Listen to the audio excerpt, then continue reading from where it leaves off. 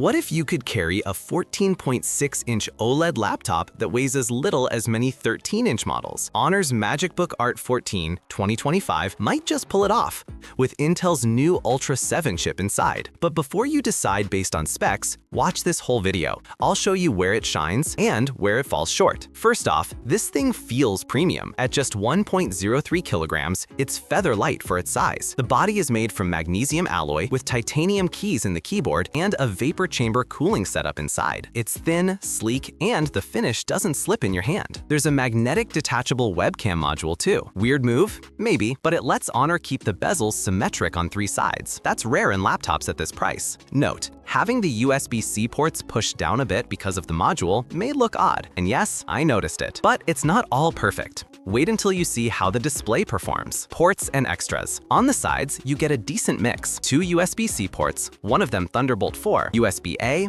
HDMI 2.1, and a 3.5mm audio jack. That's solid. You also get fingerprint login built into the power button, Windows Hello Face Unlock via webcam, and a software suite that lets you switch to modes like collab or focus if you need them. Display. Let's talk screen, because this is one of the biggest draws. The panel is 14.6-inch OLED with a 3:2 aspect ratio and a 120Hz refresh option. Colors are rich, contrast is superb, images are sharp. In well-lit scenes, it looks beautiful. Now here's the catch. Honor claims very high HDR brightness, but in testing, the panel peaked lower than advertised. It's great, but don't expect flawless HDR in direct sunlight. If you work often outdoors, that brightness gap matters. Performance. Inside, this model uses the Core Ultra 7 255H with 32GB RAM and a 1TB SSD. That combo handles work apps, multitasking, and photo editing smoothly. Benchmarks show strong gains versus the prior model, but in sustained heavy loads, like long video exports or stress tests, performance drops off after a while. The cooling leans towards quiet, which is nice,